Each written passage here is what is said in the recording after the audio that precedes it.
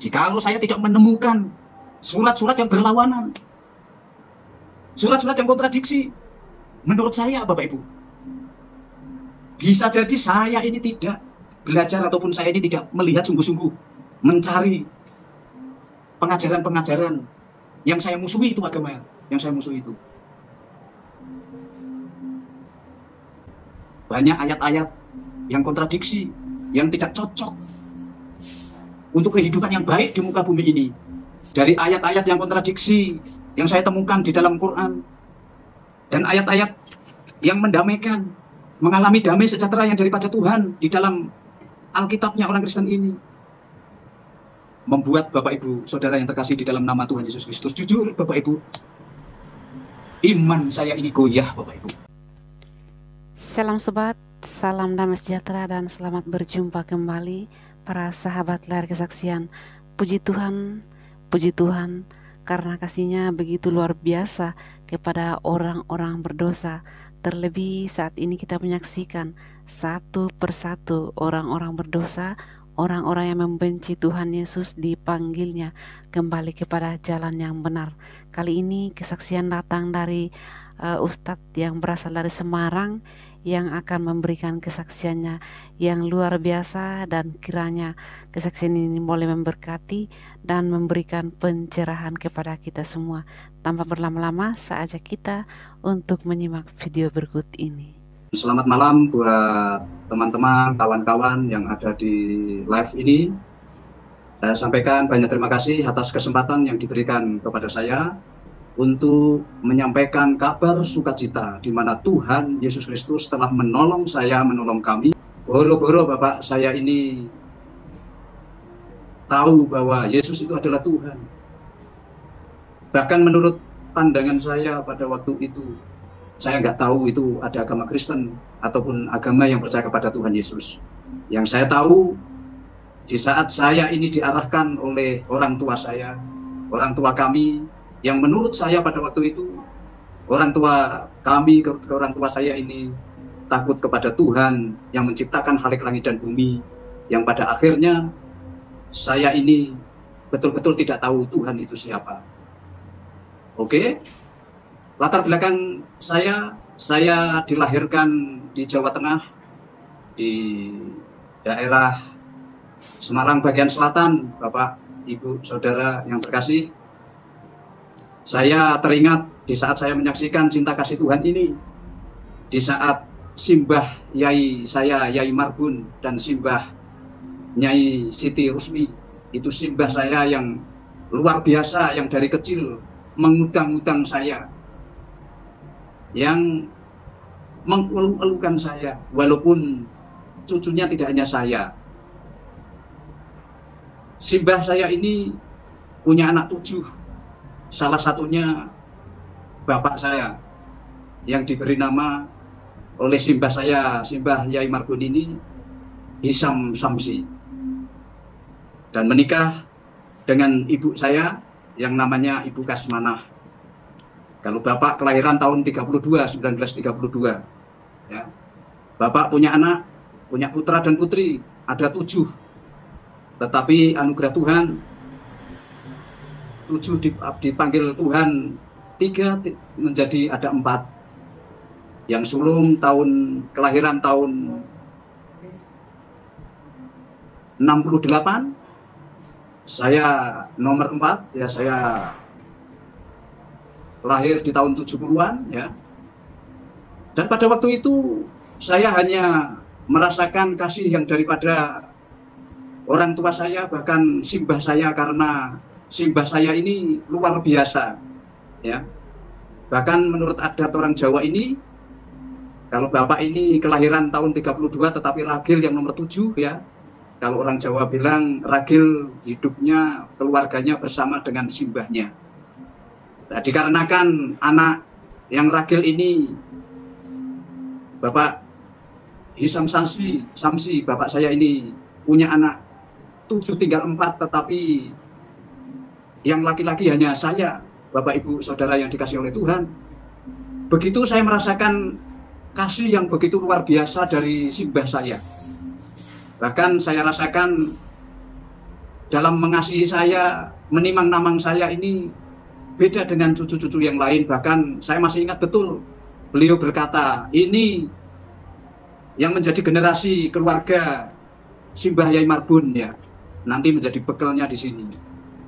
Pada waktu itu saya nggak tahu, Bapak Ibu Saudara yang dikasihi oleh Tuhan, dikarenakan kami masih kanak-kanak dan saya merasakan bahwa apa yang diperlukan oleh saya menurut orang tua saya, bahkan simbah saya dan orang tua saya ini mendidik saya ini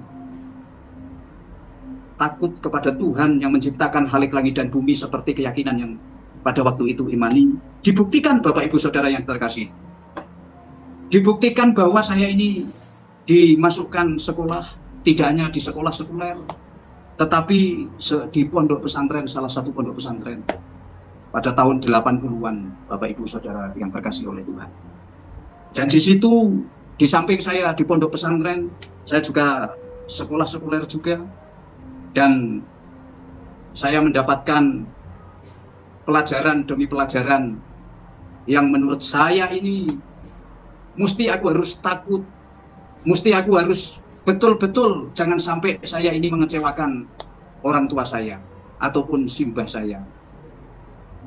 Bapak Ibu Saudara yang dikasihi oleh Tuhan, saya di pondok pesantren tidak hanya 1 tahun, 2 tahun, 3 tahun,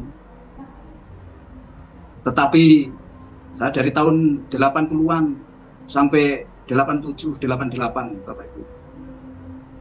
Dan di dalam pondok pesantren itu kami belajar apa yang diajarkan oleh para ustadz ataupun para pemimpin yang ada di pondok pesantren tersebut. Dan saya masih ingat betul bahwa ada salah satu pengajar yang mengarahkan saya untuk memfokuskan dalam pembelajaran tartil, cara membaca Al-Quran dengan benar dan fasih ataupun dengan nada yang merdu, kira-kira seperti itu. Dan yang kedua untuk mendalami dakwah ataupun dai, Bapak Ibu Saudara yang terkasih oleh Tuhan. Bahkan tahun demi tahun kami belajar sungguh-sungguh. Bahkan dikarenakan saya lebih condong, lebih fokus ke tartil dan dakwah pada waktu itu dai, saya juga belajar dengan intensif khotbah-khotbah ataupun dakwah-dakwah. Menurut saya tahun itu ada dai yang terkenal, yang kondang ada di Indonesia ini tahun-tahun segitu dengan inisial ya, dengan nyanyinya yang luar biasa ya. Dan yang kedua ya, yang membuat saya ini semakin menggelora, semakin menggebu-gebu mendalami pengajaran-pengajaran ataupun mendengarkan khotbah-khotbah dai-dai yang beliau ini sampaikan. Bapak Ibu Saudara yang dikasihi oleh Tuhan,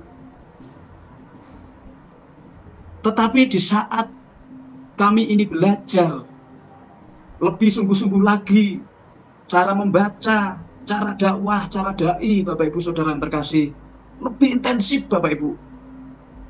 Bahkan kalau menurut saya pada saat ini saya katakan mengakibatkan pikiran yang ekstrim Bapak Ibu.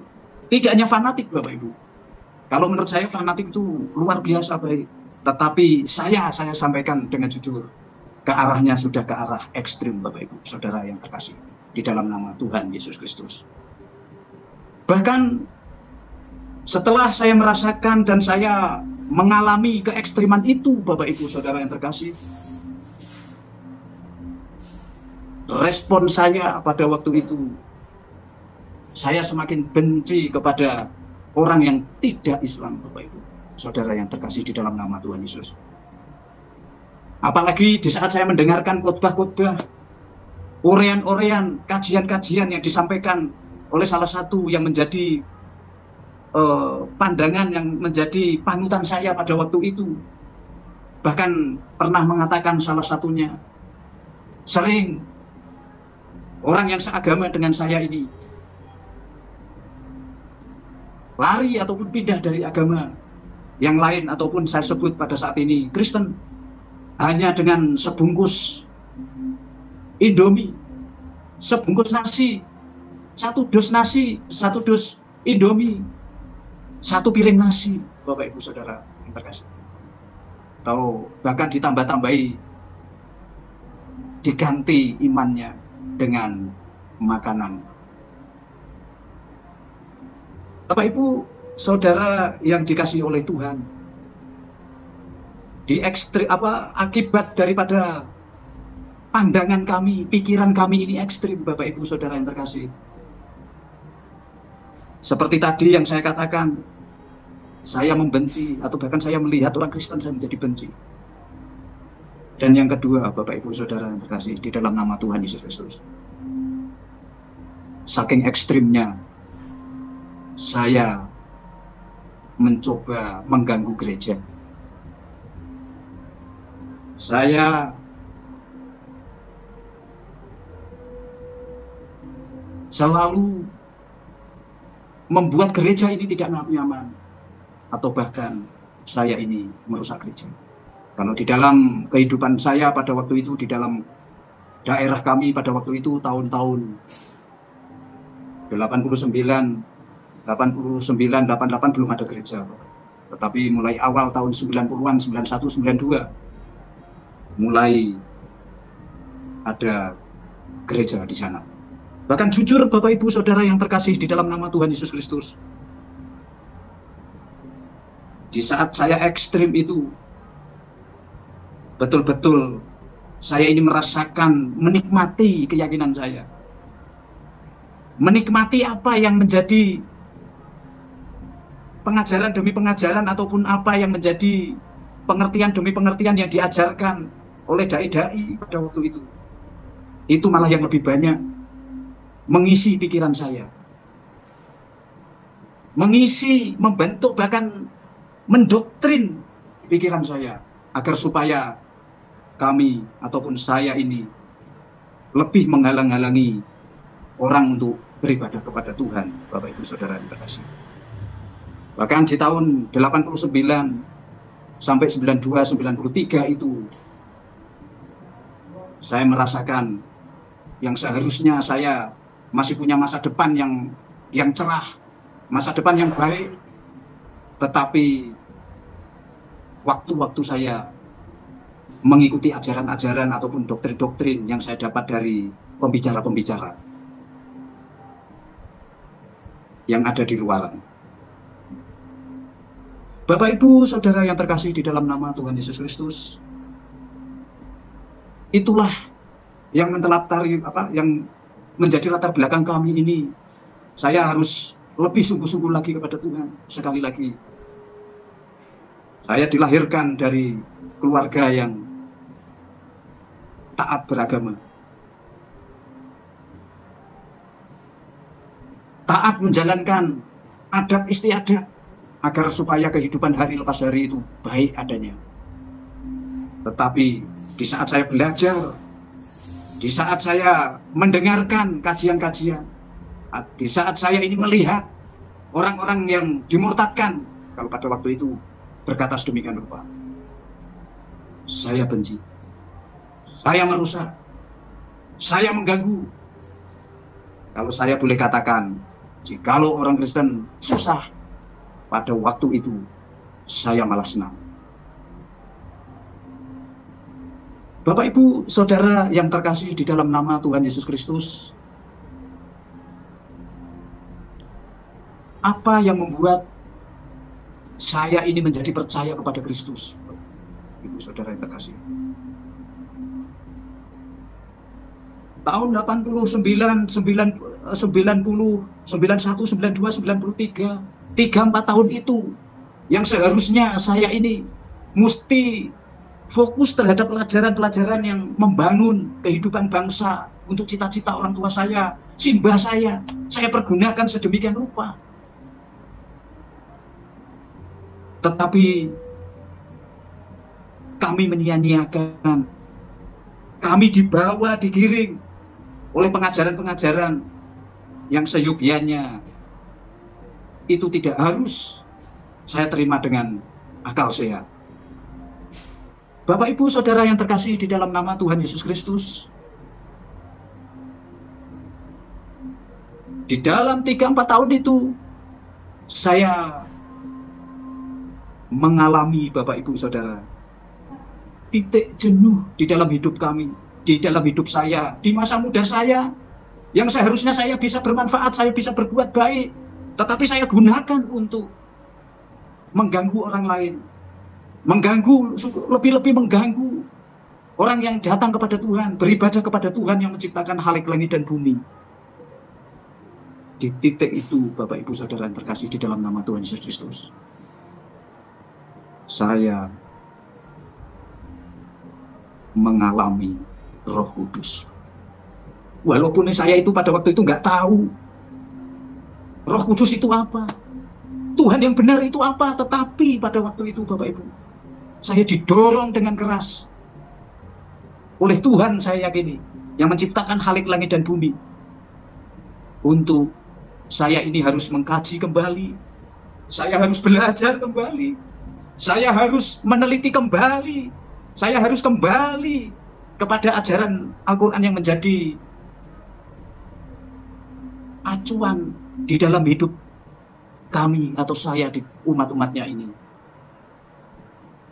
Bahkan saya mesti harus selidiki demi selidiki. Saya harus belajar demi belajar, Bapak Ibu Saudara yang terkasih. Apa yang terjadi, Bapak Ibu Saudara yang terkasih? Saya buka, saya teliti di dalam Al-Quran. Saya cari tentang ketuhanan. Saya cari Tuhan. Saya cari wujud Tuhan, Bapak Ibu Saudara yang terkasih. Tetapi apa yang terjadi, Bapak? Jujur, di saat saya ini mencari, meneliti, mencari Tuhan di dalam kitab suci yang saya imani pada waktu itu, saya tidak menemukan Tuhan yang jelas. Tuhan ada di sana, Tuhan ada di atas, Tuhan ada di awang-awang. Pada waktu itu saya mengimaninya. Yang pertama. Yang kedua, di dalam Al-Quran saya mencari ada beberapa hal, tapi yang sangat merema ini yang kedua, untuk Tuhan sebetulnya itu menciptakan umatnya, menciptakan umat manusia itu sebetulnya apa, bagaimana. Dan saya temukan beberapa ayat yang mengatakan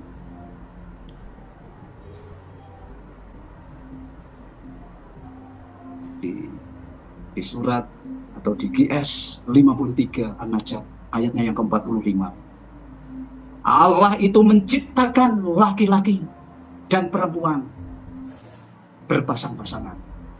Bapak Ibu Saudara yang terkasih saya, ini yang saya cari betul di muka bumi ini, ya. Tuhan menciptakan laki-laki dan perempuan. Bapak Ibu Saudara yang terkasih dalam nama Tuhan Yesus Kristus, saya ketemukan ayat yang kedua.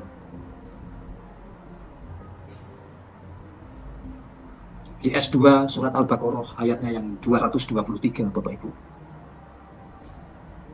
Di dalamnya yang isinya istri seperti ladang, istri seperti ladang, sebagaimana laki-laki ataupun suaminya menghendaki, yang memiliki kuasa otoritas yang besar itu dari suami. Dan saya bandingkan, Bapak Ibu, pada waktu itu saya belajar di dalam surat An-Nisa GS 4 ayat yang ketiga. Saya kaget, Bapak Ibu Saudara. Nah, di GS 4 ayat yang ketiga ini An-Nisa ini berkata, laki-laki menyenangi perempuan, jikalau mampu, boleh lebih daripada satu. 2 boleh, 3 boleh, 4 boleh. Ini yang merema di dalam hidup saya, Bapak. Karena di saat saya gundah, di saat saya kepingin kembali di dalam kejenuhan saya harus menjadi keluarga yang baik-baik. Tetapi di sini Bapak Ibu Saudara yang terkasih, di 2 ayat ini Bapak Ibu merema di dalam hati saya.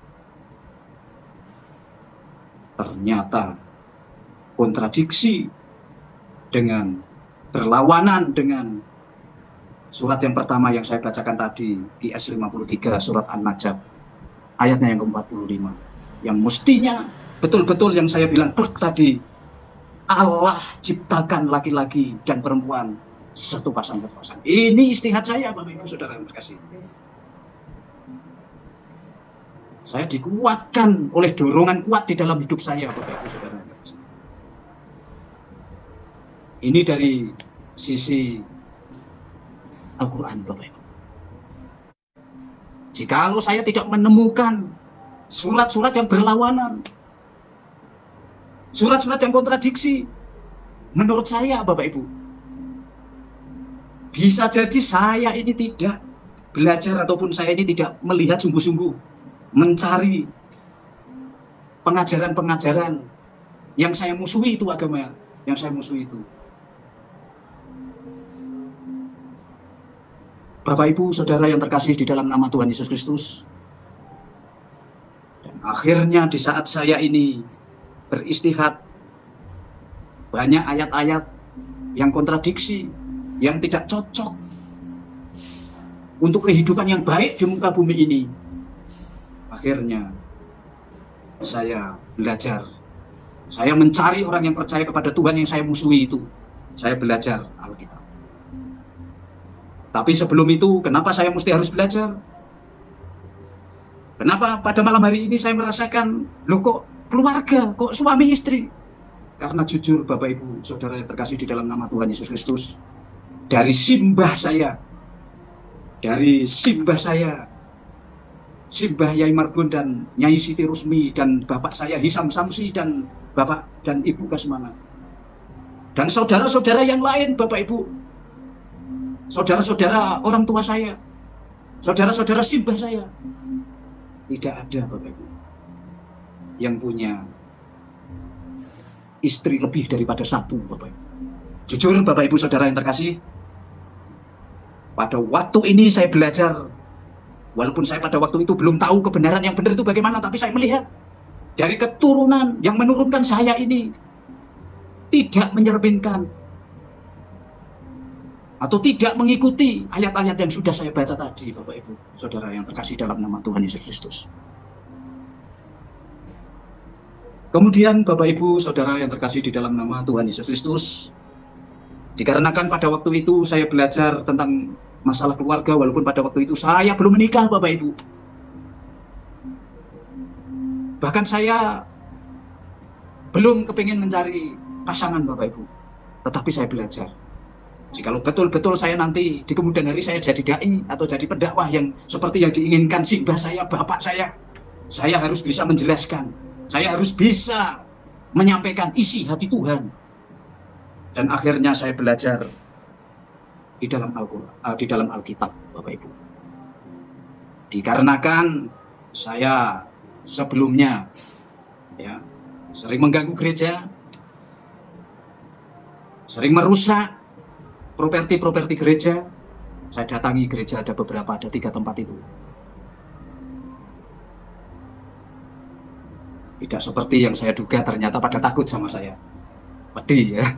Karena pada waktu itu ya, saya ini memang apa ya, bisa dibilang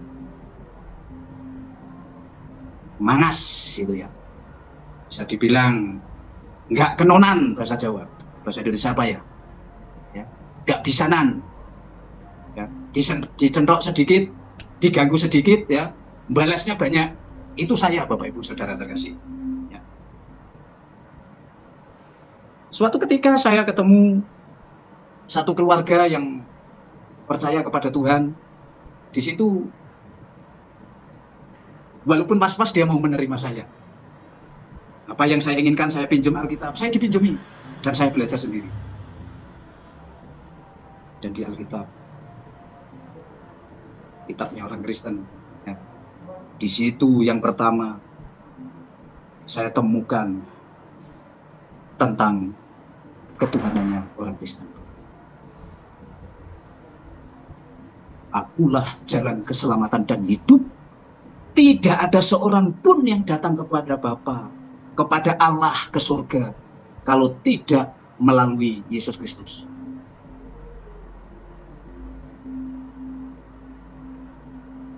Mutlak, Bapak Ibu.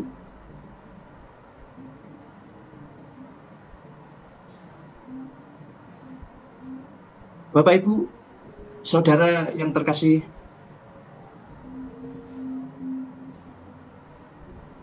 di saat saya pelajari dan saya seimbangkan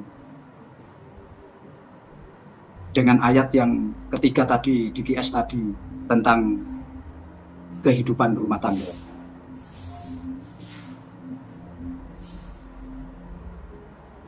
Dan saya temukan kitab Kolose pasal yang ketiga ayatnya yang ke-18 ke-19, di situ dikatakan istri mesti tunduk kepada suami. Bahkan suami mengasihi istri. Kontradiksi dengan QS 2 Al-Baqarah ayatnya yang 223 tadi. Diibaratkan di situ istri diibaratkan seperti ladang, sebagaimana seorang suami mau. Sangat berbeda, Bapak Ibu Saudara yang terkasih. Sangat berbeda, Bapak Ibu. Di Alkitab mengatakan istri tunduk kepada suami. Bahkan suami itu mengasihi istri. Ada chemistry yang baik. Ada hubungan yang baik, Bapak Ibu. Tidak semaunya sendiri. Tidak semaunya sendiri, Bapak Ibu.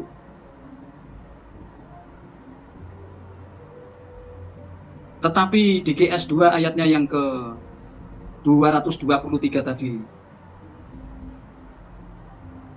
tidak muncul chemistry yang baik.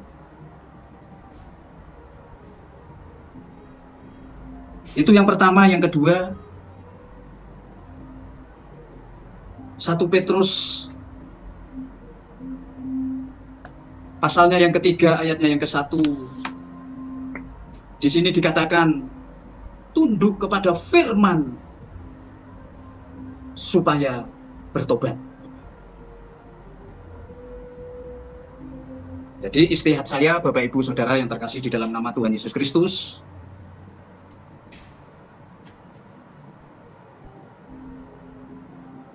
di saat saya mempelajari, saat saya meneliti ayat-ayat tersebut,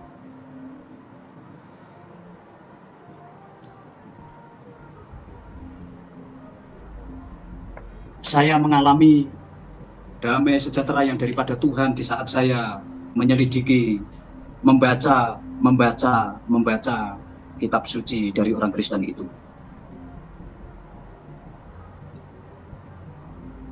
Bapak Ibu Saudara yang terkasih di dalam nama Tuhan Yesus Kristus,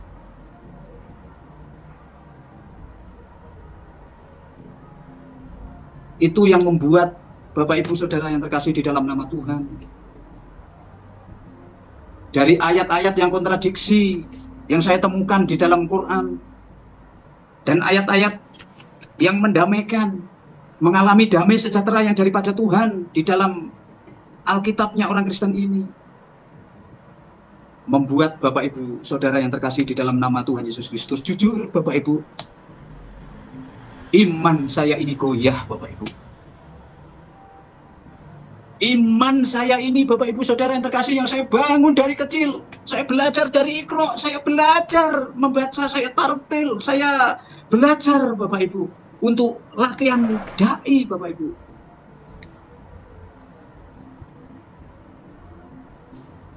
Di titik itu sampai puncaknya, Di situ sampai puncaknya, Bapak Ibu Saudara. Jujur, dengan berat hati saya sampaikan kepada diri saya sendiri pada waktu itu, saya harus memilih dari antara satu ini, Bapak Ibu. Dan saya katakan pada waktu itu, saya tinggalkan agama Islam dan saya masuk percaya kepada Tuhan Yesus Kristus, Bapak Ibu. Bapak Ibu Saudara yang terkasih di dalam nama Tuhan Yesus Kristus, jujur, yang namanya agama apa pada waktu itu sebelum saya ini tinggalkan agama Islam ini, saya ini nggak tahu. Yang saya tahu itu agama hanya Islam pada waktu itu, Bapak Ibu Saudara. Karena saya dari kecil, Bapak Ibu, tertanam di pikiran saya, tertanam di dalam hati saya ini, bahwa hanya Islam yang menjadi agama saya pada waktu itu yang dapat menyelamatkan kehidupan saya bisa di saat kami atau saya ini mati, saya bisa masuk surga. Tetapi di saat saya belajar demi belajar, saya belajar. Ya, setelah saya merusak properti atau merusak gereja atau menyalahi, memfitnah, ya, orang Kristen pada waktu itu yang percaya kepada Tuhan, yang kepengen mengembangkan di daerah tempat di mana saya lahir pada waktu itu. Dengan kerasnya, saya di depan tadi saya katakan, menjadi ekstrim. Bapak Ibu Saudara yang dikasihi Tuhan Yesus Kristus, setelah saya tinggalkan agama Islam dan masuk percaya kepada Tuhan Yesus Kristus, ada tantangan demi tantangan yang saya hadapi. Tantangan yang pertama, Bapak Ibu Saudara yang terkasih, orang tua saya. Karena di saat saya percaya kepada Tuhan Yesus Kristus, simbah saya ini sudah diambil Tuhan, sudah menghadap Tuhan, sudah wafat, sudah meninggal. Simbah Kakung dan Simbah Putri sudah meninggal semua. Sudah dipanggil Tuhan semua, tinggal Bapak sama ibu saya. Saya mendapat tantangan dari keluarga saya, dari Bapak khususnya sama ibu saya, yang menggadang-gadang saya ini sebagai generasi penerus, generasi penyangga keluarga. Saya anak laki-laki, mesti saya harus bekerja keras untuk melakukan apa yang menjadi kerinduan keluarga atau orang tua saya. Tetapi di saat saya tinggalkan agama Islam dan saya percaya kepada Tuhan Yesus Kristus, menurut orang tua saya sangat-sangat mengecewakan orang tua saya. Bapak Ibu Saudara yang terkasih di dalam nama Tuhan Yesus Kristus, walaupun saya dikatakan saya mengecewakan, tetapi bagian-bagian kitab suci saya harus konsekuen memegang sebelum saya ini mengambil keputusan. Dalam kebenaran firman Tuhan katakan,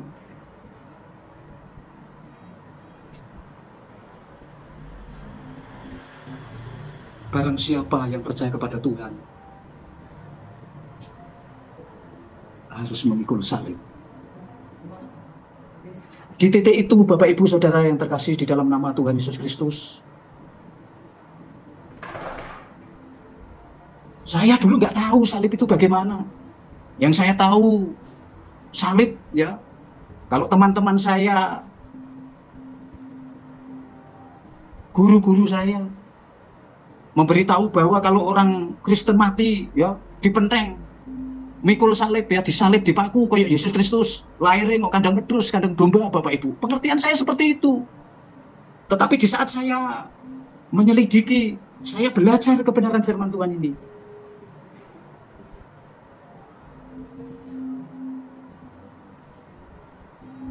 saya baru tahu saya harus memikul salib. Saya harus menerima penderitaan. Saya harus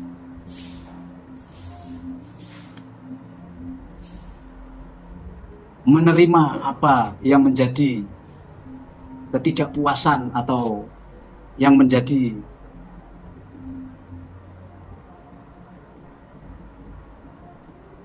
hati saya ini luluh lantah pada waktu itu, Bapak Ibu. Jujur, karena saya anak laki-laki, saya harus menyenangkan orang tua saya dan keluarga saya, atau bahkan simbah saya yang sudah tidak ada, saya sebagai generasi penerus. Karena saya sadari bapak saya ini ragil, harus bisa menjunjung tinggi martabat dari keluarga besar Simbah Yai Marbun pada waktu itu, Bapak Ibu Saudara yang terkasih. Bapak Ibu Saudara yang terkasih di dalam nama Tuhan Yesus Kristus, di saat saya percaya kepada Tuhan, saya harus menerima tantangan yang pertama dari keluarga saya, dari orang tua saya. Bahkan ujung-ujungnya saya ini dianggap murtad, dianggap saya ini tidak berbakti kepada kedua orang tua ataupun simbah yang sudah mengadang-adang. Kalau orang Jawa katakan anak lanang ya, mikul dhuwur ya, mendem jeru. Ya, saya sampai dikatakan sedemikian rupa. Saya tidak bisa menjadi andalan katanya. Ya.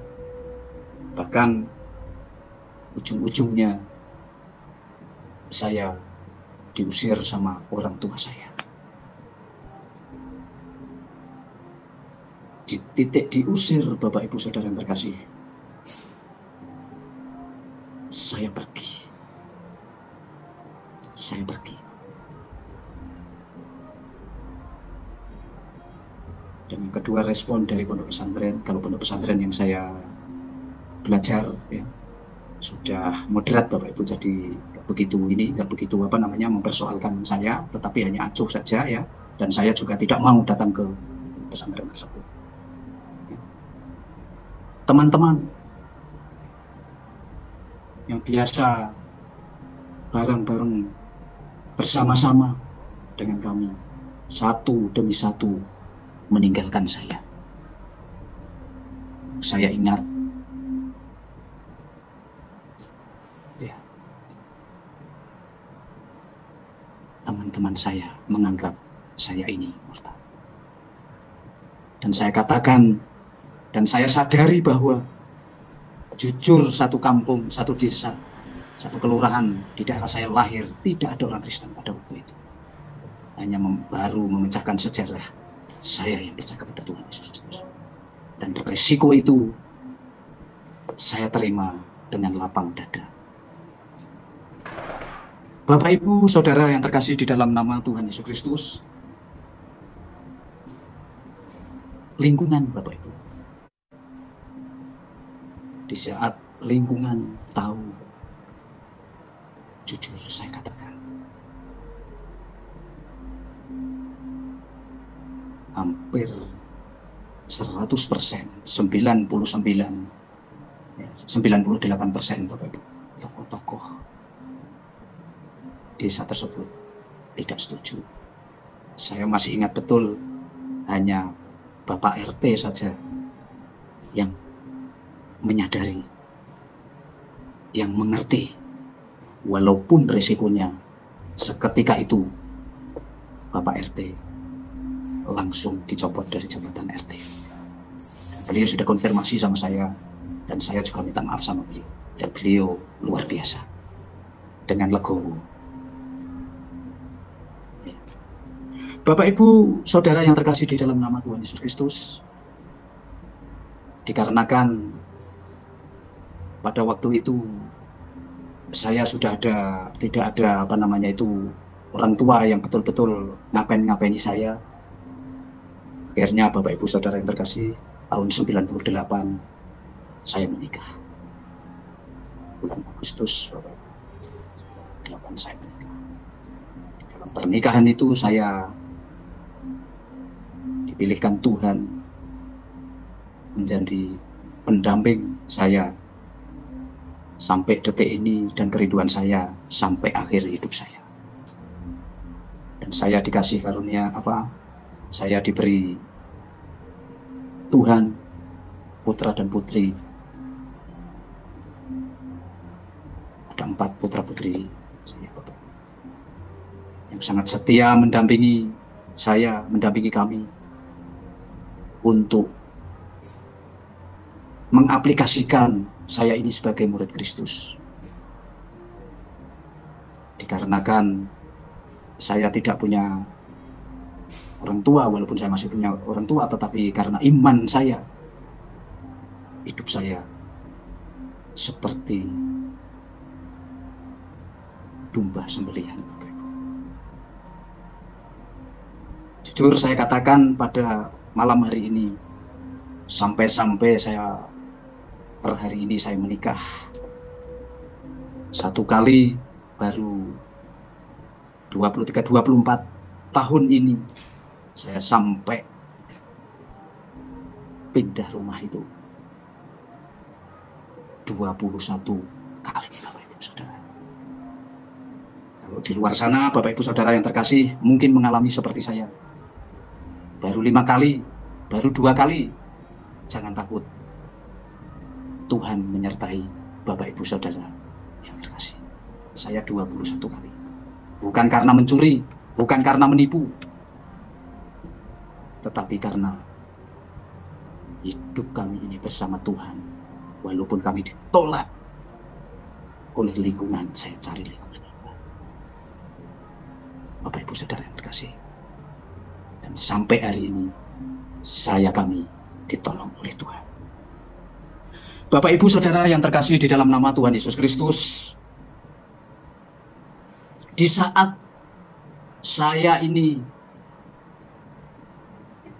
bersama Tuhan, mencari Tuhan, bergumul bersama Tuhan, bahkan mengalami penderitaan demi penderitaan yang menurut ukuran usia saya pada waktu itu belum saatnya saya mengalami sedemikian rupa, tapi saya percaya kepada Tuhan. Saya mengalami ini oleh karena kasih karunia Tuhan, oleh karena pertolongan Tuhan juga. Dan di titik tertentu, Bapak Ibu Saudara yang terkasih, hidup kami ini juga mengalami banyak mukjizat, Bapak Ibu Saudara. Salah satunya, Bapak Ibu, ya, saya mestinya sudah mati, sudah dipanggil oleh Tuhan. Di saat anak sulung saya yang pertama masih usia 3 bulan, ya, saya mengalami sakit penyakit, ya, yang menurut saya ataupun menurut dokter pada waktu itu tidak terdeteksi obatnya, tidak terdeteksi penyakitnya. Ini kira-kira seperti ini. Dulu dari sini, Bapak Ibu, saya mengalami perjumpaan Tuhan, mengalami sakit penyakit yang luar biasa dari sini. Saya masih ingat betul 21 hari saya nggak makan nasi, Bapak Ibu. Kalau makan nasi, dia lari dari sini. Kalau boleh saya jujur, apa yang kami miliki pada waktu itu, saya jual untuk berobat. Tetapi tidak sembuh, Bapak Ibu. Dan di saat tidak sembuh itu, saya tetap percaya kepada Tuhan. Saya tetap berharap kepada Tuhan, Bapak Ibu. Ini dari sini, Bapak Ibu. Kepada Tuhan. Ini. Masih bekasnya masih ya. Kelihatan ya, Bapak Ibu. Kelihatan ya, Bapak Ibu. Ya, ini.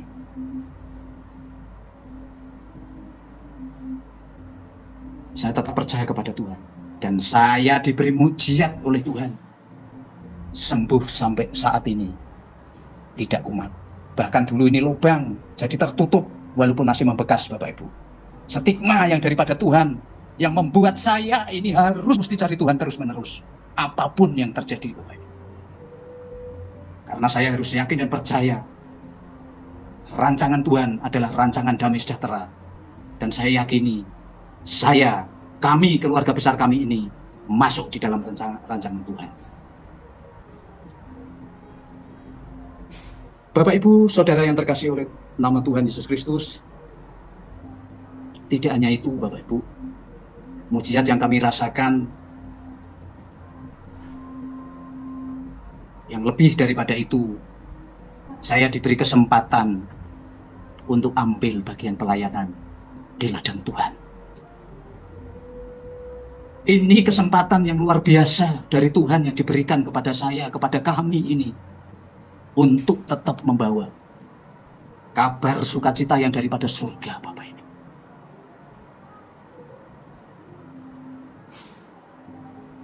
Dan saya rasakan dan saya merema di dalam hati saya, di pikiran saya, Bapak Ibu. Di dalam kitab Kolose pasal yang pertama ayatnya yang ke-5 dan ke-6. Tuhan menyediakan pengharapan hanya terhadap Injil, Bapak Ibu. Tuhan menyediakan pengharapan hanya kepada Injil. Itu dari surga, Bapak Ibu. Itu yang saya cari sampai saat ini, Bapak Ibu. Itu yang saya cari, Bapak Ibu, saudara yang terkasih.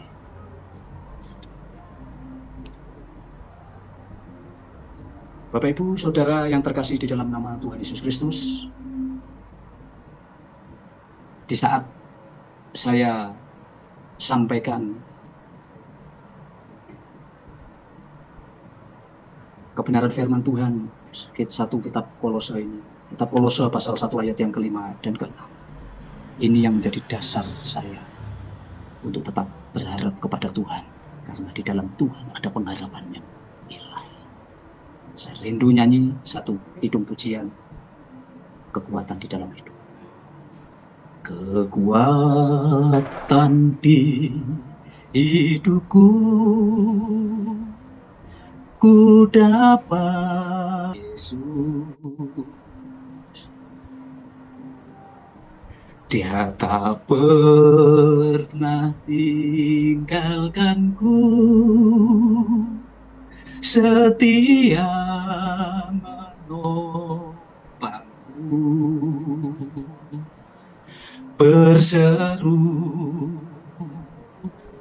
berharap dalam Yesus. Ajaib Kau Tuhan, penuh kuasa, sanggup pulihkan keadaanku.